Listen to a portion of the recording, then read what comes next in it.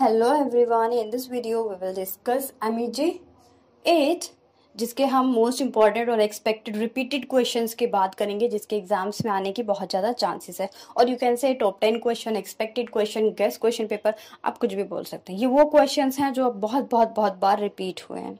Paper का pattern मुझे आपको समझाने की जरूरत नहीं, क्योंकि इसका पेपर का पैटर्न मैं दोबारा से बता देती हूँ आपको। ये बहुत आसान होता है। आपको 8 और 9 क्वेश्चंस दिए जाते हैं and you have to attempt any 5 का मतलब मैंने इसको गाइडेंस वीडियो में कंप्लीट किया हुआ है। जो आप इस MEG 8 की जो गाइडेंस वीडियो अपलोडेड है प्लेलिस्ट में, आप वहां देखेंगे मैंने बहुत शॉर्ट और प्रिसाइज तरीके से बताया है कि किस तरीके से आपको लेस टाइम में अच्छी प्रिपरेशन करनी है, किन यूनिट्स को, किन ब्लॉक्स को, यूनिट्स को आप छोड़ सकते हैं और कहाँ पे आपको फोकस करना है, कौन सा इम्पोर्टेंट और आसान है। नाउ जो क्वेश्चन नंबर 1 है वो क्या होता है, हमेशा जो क्वेश्चन नंबर 1 होता है बेसिकली MEG 8 का, वो किससे रिलेटेड होता है, वो किसी ना किसी की लिटरेचर या इन सब चीज़ों से रिलेटेड होता है। जैसे कि क्वेश्चन 1 है आपकी स्क्रीन पे, do you think that Canadian history and geographical elements in literature, give example to suggest your argument. तो यहाँ पे आपने इस बुक में जितने भी वर्क पढ़े हैं उनको क्या करना है, उनको एनालाइज करना है। इस बुक में आपने जितना भी वर्क पढ़ा है। नेक्स्ट क्वेश्चन है, discuss the role played by women in national freedom struggle a grain of wheat. अ ग्रेन ऑफ व्हीट में जो वुमेन का सिचुएशन था और जो उनका कंट्रीब्यूशन था उसको एलाबोरेट करना है इस क्वेश्चन में। और एक ग्रेन ऑफ व्हीट से जो क्वेश्चन पूछे जाते हैं बेसिकली या तो उसके कैरेक्टर को लेके पूछे जाते हैं, ठीक है, या तो करेक्टर को लेके पूछे जाते हैं या फिर वुमेनहुड को लेके पूछे जाते हैं, कि क्योंकि उसमें वुमेन जो थी, जो औरतें थी, उन्होंने बहुत रोल प्ले किया था, तो उससे रिलेटेड क्वेश्चन होता है। Next question is what are the ways in the Soyinka's play a dance of the forest depart from the dramatic tradition and adopt from Yoruba rituals. कि जो dance of the forest play है वो किस तरीके से यूरोबा ritual को present करता है या उसमें क्या चीजें इलाबोरेट की गई हैं, ये क्वेश्चन आया आपका a dance of the forest जो प्ले था उससे। कभी कभी a dance of the forest से एक प्ले आता है कि a dance of the play, a dance in the forest is a play within the play, मतलब प्ले के अंदर दूसरा प्ले है, इसको जस्टिफाई करो या फिर इसको डिस्कस करो। तो ये दो क्वेश्चंस बनते हैं यहाँ से। Play with in a play का मतलब क्या है, क्योंकि इसमें कई कहानियां कुछ पास्ट में चलती हैं, कुछ फ्लैशबैक पे चलती है और कुछ प्रेजेंट पे चलती है। Next question is comment on Sidhwa's narrative techniques ice candy man. So narrative techniques लिखनी है किसकी, वापसी सिद्धवा की, जो कि किसके ऊपर है, जो वर्क क्या है वो है आइस कैंडीमैन। और मैं बहुत जल्दी, अभी आपका जो इसका एग्जाम है वो थोड़ा लेट है, 2-3 दिन बाद है, तो मैं क्वेश्चन आंसर की एक सीरीज लेके आऊंगी जो कि आपके न्यू चैनल पे अपलोड होगी, सक्सेस मेकर के न्यू चैनल पे अपलोड होगी, जो कि सक्सेस मेकर नाम, तो जिससे सब्सक्राइब नहीं किया उसे कर लीजिएगा ताकि आपको नोटिफिकेशन मिल जाए। Next question is question number 5. A house for Mr. Biswas can be read as the chronicle of social political changes that swept over Trinidad. Discuss. तो a house for Mr. Biswas के ऊपर question पूछा गया। Next question is examine the impact of popular form in Walcott poetry. तो Walcott poetry का popular form क्या है उसको बताना था यहाँ पे।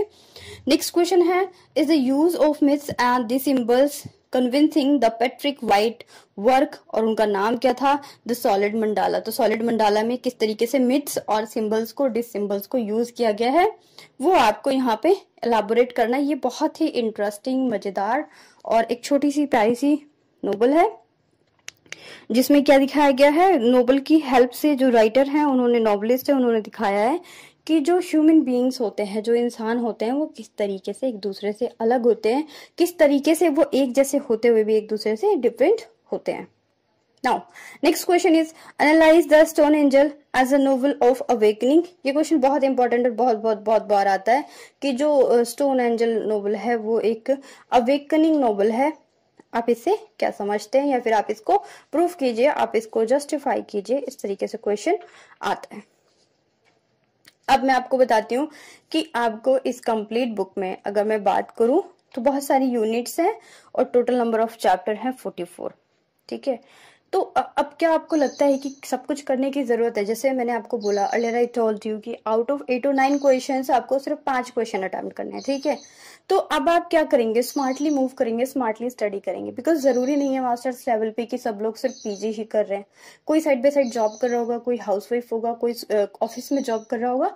तो इस तरीके की सिचुएशंस होती है, तो हमें स्मार्ट स्टडी की जरूरत होती है, ना कि गधों की तरह बिल्कुल लगे रहो A to Z सारी किताब पढ़ो, ठीक है। और ऐसा पॉसिबल भी नहीं, एक स्मार्टली तरीके से कैसे मूव करना है, क्योंकि वहां पे आप जो भी 5 क्वेश्चन अच्छे से अटेम्प्ट करेंगे उसी के बेस पे आपको मार्क्स मिलेंगे, ठीक है। तो इसे आप गाइडेंस वीडियो भी कह सकते हो, previous year question paper, important question paper, expected question paper और रिपीटेड क्वेश्चन, कुछ भी बोल सकते हैं। तो दोनों चीजें इसमें डिस्कस करेंगे। तो देखिए क्या स्किप करना है इसमें आप यूनिट नंबर 1 स्किप कर दीजिए, जो कि बहुत लेंदी है और उसमें बहुत ज्यादा आप कह सकते हैं ना, उसको बिना पढ़े आप उसमें कुछ नहीं लिख सकते। और जो आपकी कैरिबियन पोइट्री का एक यूनिट है, जो कि आपकी यूनिट नंबर 7 है, जिसका टाइटल है Caribbean poetry, Derek Walcott and Edward Brathwaite की जो पोइट्रीज हैं उसमें से, क्योंकि इसमें बहुत सारी पोइट्री, इस सेक्शन में एटलीस्ट 12-13 पोइट्रीज है। और ऐसे जो आपका स्टार्टिंग का यूनिट नंबर 1 है उसमें भी जो वर्क है उसमें 6 चैप्टर्स हैं, और बहुत ही उसमें आप कह सकते हैं, क्योंकि उसमें क्या है, African literature, culture and post nationalist politics है, केनिया और नाइजीरिया के बारे में बताया है, कैरिबियन लिटरेचर के बारे में बताया है, साउथ एशिया लिटरेचर के बारे में बताया है। तो एक वर्ड आपको सिलेबस देखने को मिलेगा यूनिट नंबर 1 में और यूनिट नंबर 7 में, जो कि कैरिबियन पोइट्री है, 2 राइटर्स की, किनकी, डायरेक्ट वॉलकोट और एडवर्ड ब्राथवेट। तो इसलिए मैं बोल रही हूँ इन दोनों को अगर आप स्किप कर देंगे, बाकी की किसी भी नॉवल को, किसी भी प्ले को, कुछ भी स्किप करने की जरूरत नहीं है, आपका एग्जाम बहुत अच्छा होगा। बस इन 2 सेक्शंस को आप स्किप कर दीजिए, स्मार्ट स्टडी कीजिए, प्रीवियस ईयर को क्वेश्चन पेपर आप एक बार देख लीजिए, आपको समझ में आ जाएगा। 8 क्वेश्चंस में से इन दोनों यूनिट्स को स्किप करने के बाद भी बहुत आसानी से, आसान तरीके से आप 5 क्वेश्चन द बेस्ट तरीके से अटेम्प्ट करके आएंगे। तो ये तो बात हो गई इसकी कि आपको कौन सी यूनिट्स को स्किप करना है, क्योंकि कई बार फ्रेंड्स का, आप लोगों का या स्टूडेंट्स कह सकते हैं, इनके मैसेजेस आते हैं कि कौन से यूनिट को स्किप करना है, ठीक है। ये बात हो गई। Now we will discuss how to write answers. ये सबसे बड़ी बात है जो इस पे बहुत बार कमेंट आता है कि आंसर को कैसे प्रेजेंट करना है। तो देखिए ये जो बुक है आपकी वो है new literature in English MEG 8। इसमें जो आंसर है वो पैराग्राफिक फॉर्म में लिखना है। लाइक कभी कभी मैं बोलती हूँ आपको कि पॉइंट्स में आंसर लिखने हैं, जैसे कि अगर मैं रिसेंटली बात करूँ तो MEG 12 पे गाइडेंस वीडियो और प्रीवियस क्वेश्चन पेपर वीडियो, तो वहाँ पे मैंने डिस्कस किया कि नॉवेल्स को, प्ले को छोड़ के जितना भी है वहाँ पे पॉइंट्स से लिखिए। बट यहाँ पे मैं आपको सजेस्ट करूंगी कि यहाँ पे आपको क्या लिखना है, पैराग्राफिक फॉर्म में ही अपने आंसर को प्रेजेंट करना है। एग्जाम्पल के लिए अगर मैं आपको किसी नॉवल का क्वेश्चन लेके उसके एग्जाम्पल से समझाना चाहूँ तो अवेकनिंग नॉवल से ही चलते हैं। जो आपका आता है कि जो स्टोन एंजल है वो एक अवेकनिंग नॉवल है, आप इसको कैसे जस्टिफाई करेंगे, ये क्वेश्चन बहुत ज्यादा आता है। तो इसकी बात करें तो सबसे पहले एक बात क्या करते हैं, पैराग्राफ्स में डिवाइड कर लेते हैं कि पहले पैराग्राफ में हमें क्या लिखना है कि जो स्टोन एंजल नॉवल है उसको लिखा किसने है, ठीक है, उसको लिखा किसने है। उसके बाद हम बात करेंगे कि जैसे कि मार्गरेट, इसको लिखा है किसने, और उसके बाद हम डिस्कस करेंगे कि इसको लिखे जाने के बाद जो स्टोन एंजल हमारा लिखा गया है इसमें किस चीज को दिखाया गया है। जैसे कि मार्गरेट लॉरेंस ने लिखा है तो स्टार्टिंग में लिखेंगे that the novel of the stone angel was written by या is written by Margaret Laurence. और इसके अंदर क्या प्रेजेंट किया गया है, in this novel she presents the situation of a woman who is proudy right bitter in nature. तो कैसे उसका ट्रांसफॉर्मेशन होता है, she married with a man who looks handsome.